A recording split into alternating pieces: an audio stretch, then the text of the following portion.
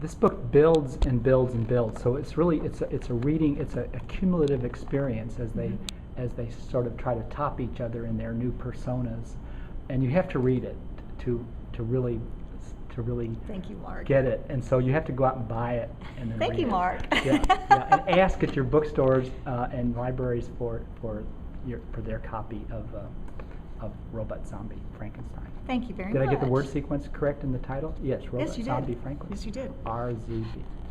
You did. All right, Thank you so very much. yeah, they keep trying to outdo each other in the costumes. And they're so, we feel like we know these people from the theater. Do they remind No. you of anybody? Oh, they do.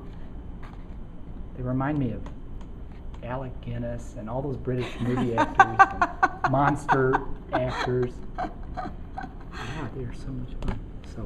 So it's kind of like Shark versus Train in that they just keep trying to top each other like siblings do. Yes, okay. I'm happy to glom on to Chris. I love the comparison because that was not, those were going on separately and independently.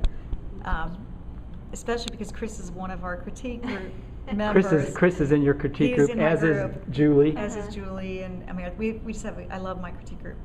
And they're brutally honest, and they will tell you what you need to hear, whether it's what you want to hear or not. And I love that. And They saw this in the they unfolding? did. They've Okay. seen this. They've seen revisions after revisions after revisions. You helped shape this book? She did. She helped shape it. Said it She so did. good. She did. She was your cheerleader. She was. She and Meredith and Chris. No, really, it's good. So it helps when I think I'll send them. I've sent them several robot stories. This one a number of times too, and I'll say, "What do you think?" And they're like, "I don't get this part or that part." And when and they always point out things I know are just need some more work, but I'm thinking maybe maybe it'll work. I'm hoping. I think it. You know, they can tell what's going on, but.